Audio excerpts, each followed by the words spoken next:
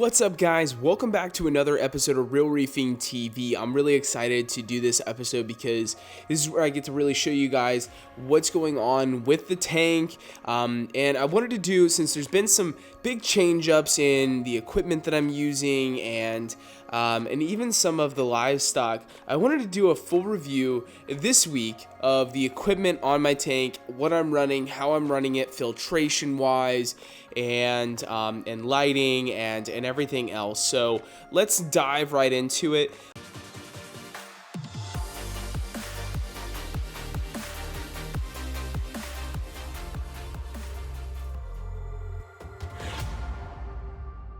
For those of you that are new to the channel, please consider subscribing. I try to get out content at least on a bi-weekly basis, and just keeping up with the 300-gallon reef tank that you see right here in front of you. Now, this is a marineland 300-gallon deep dimension tank. It is 6 feet wide, 3 feet from front to back, and 27 inches tall. So it's not the best for being able to reach to the back. You definitely have to leave a little bit of space behind the tank to be able to access that back third. And reaching all the way to the bottom is pretty much a no-go, and you definitely need a pair of tongs. These grabbers work absolutely awesome. If you don't have any, I highly encourage you to pick some up. I'll throw a link in the description below. And by the way, I'll try to link up as much of this stuff as I can in the description below if I can find it for you guys reasonably. I'll definitely give you a way to be able to check those things out down below. So moving on, let's talk about the lighting real quick. I was offered the ability to test these Philips Coral Care Gen 2 lights, and I am impressed by them. I do think that maybe some supplemental lighting with them would be great, just to add some more of that blue spectrum to them, and maybe boost the PAR up just a little bit. I know I've talked in the past about lowering those lights. I just haven't done it, lazy reefer syndrome, but that's on the to-do list. Down below, let's talk about the filtration for a little bit. Now, I've never been married to one type of filtration. I used to be a big fan of filter socks. I got tired of cleaning them, so now we're rocking absolutely no filter sock, and maybe in the future I'll grab some of those filter floss cups. I think that could definitely help to polish up my water. I've definitely noticed that the water is, a bit cloudier, more of just because of the particulates in the water, not because it's, necessarily dirty water. It's just there's more particulate in there, which I don't know. I mean, maybe that's feeding my corals more, but it definitely doesn't have that crystal clear look to it all the time. And in the filtration department down below, I have upgraded the sump, which is a big upgrade for me. I was working out of a sump that I picked up for like 30 or 40 bucks, I think, off of Facebook Marketplace. Went ahead and painted it with some fusion paint, and kind of churched it up a little bit, but ultimately it was okay. But I wanted to upgrade it. I wanted a new look for the tank, so I went ahead and I popped on an Ice Cap 48XL sump. Really nice sump. It integrates the auto top off reservoir within it. It's 15 gallons, so especially on my tank, I was having to refill my auto top off reservoir every week or so, every 5 days. Now it's like every 2 weeks or so, which is really nice, not having to do that so often. So I'm really appreciating that feature, and it does save a little bit of space in my underneath my cabinet, where I don't have to have that extra auto top off reservoir. So that's really nice. Also, the baffles in this thing, and it has an integrated Refugium in there, which is really nice. Now, obviously, it's not as big as the Refugium that I had set up in the other one, which was a 20-gallon long, drilled and connected to the sump to create additional, water volume and obviously that Refugium. And I don't like that it's in the back. I wish that it was kind of in the middle, from front to back, so that I can actually see what's going on in my sump. I really liked looking at my Refugium before.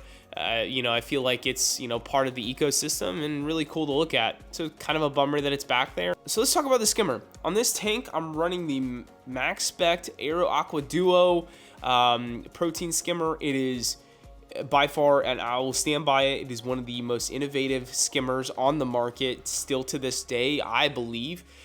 It may not have the strongest pumps, it may not have the biggest chamber, but man, does it put out the skimmate and fills that cup up, I would say, every couple of weeks, and has a really thick, maybe a 1/4 inch of sludge all the way around the neck. So it really does a great job. I'm also running a biopellet reactor. This is a cheap one that I got off of Amazon for like 50 or 60 bucks. And I think it works really well. There is a bit more algae growth in the tank, and I think that the newest addition of filtration on the tank is gonna help me take care of that last bit of algae in there and give me a nice healthy balance of algae on the rocks and life in the tank, but not unsightly. And that is the algae turf scrubber that I added to the tank. This is the ice cap algae turf scrubber.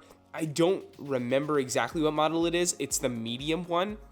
So basically it has a light on each side of it, 60 watts. And it's worked out really nicely. I had to figure out how to plumb it though. I was trying to figure out where to put the thing, and it just really didn't work out in the stand. Now, again, luckily I have the luxury and affordability of having the tank away from the wall. And so I went ahead and put it behind the tank and just plumbed it into the manifold that was already existing. Again, luckily I was able to use all of the plumbing pretty much from the old house where I had it set up before. The manifold and the hookup from the return pump, everything kind of fit right back together, and I didn't have to replace any of those ball fittings, which, as you guys know, is really expensive. That's where you start spending a lot of money on plumbing. So I hooked it right up to one of those ball valves in that manifold and let her rip, and it's working really nicely. All the water is contained inside of the unit. It flows right back down into the sump via gravity, and yeah, I'm pretty happy with it so far. It's been running for about 2 weeks now, and you're starting to see some brown algae growing on the screen. Now, as far as I'm aware, and I've never used an algae turf scrubber before, but I'm pretty sure as that starts to grow on there, and probably about another week or so, I'll want to take it out and scrape that brown algae off, and hopefully some green algae starts to grow pretty soon. That's when you know that your algae turf scrubber is broken in, and then you can start doing like weekly harvests and removals, and we'll just start getting rid of that stuff, because I'd like to be able to add more fish to the tank. All right, so moving along from filtration, we're gonna move on to how we keep the stability of this tank. And I am running an Apex on this tank for tank control, and honestly, it controls very little. I mean, my lights, my power heads are all controlled via their own clouds and Wi-Fi, so I don't need it really for those, because I'm running the Ecotech Vortex and those Coral Care Gen 2s. The heater is controlled via a new Inkbird. I had to pick that up because of the move, and so I really don't have a huge need for the Apex, to be quite honest with you. It is more there for redundancy and to power the new Trident that I bought. I did pop on the Trident. I think I did it a little bit prematurely. I think that there are some new aquarium controllers coming onto the market that I'd like to play around with. The biggest gain by having the Trident is that I know exactly what my calcium reactor is doing. So let's talk about the calcium reactor. It's an Aquamax 300, I don't know, something like that, T3. It's an Aquamax T3 calcium reactor. Not a huge fan of it, if I'm being completely honest. Does it work? Does it do its job?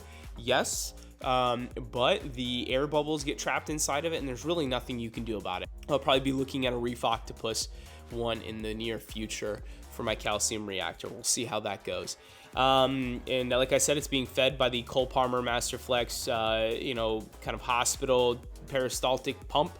It's a workhorse. It works all the time. Picked it up on eBay quite a year or two ago, or whenever I got my first calcium reactor. Also, I am running the Two Little Fishies Reborn Media in that. Happy with it. I think it does great. I really don't know what else you'd say about it. it's fine. Let's talk about the livestock. So like I mentioned to you guys before, you know, in my last video, if you haven't seen it, go check out the move and see how everything went there. But I did end up losing a fish, unfortunately, during transport. I also lost an Anthea. I'm not sure what happened. You know, if it maybe just was like in a rock or, you know, I don't know. But I still have 2 Antheas out of the 5 that I bought. I think I bought 5.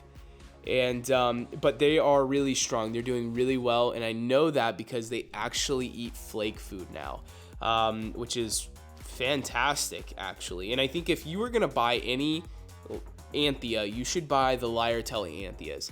I think that they're hardy. I think that they are not the most expensive, but they are super vibrant and, you know, really active swimmers. And they're gonna eat, you know, frozen prepared foods pretty well, and then eventually they'll start eating flake, which is really nice. Then, you know, you got them, they're lifers. Everybody is doing really well. All, you know, the big flamingi, the orange shoulder, Dory, sorry guys, that's just what I call her.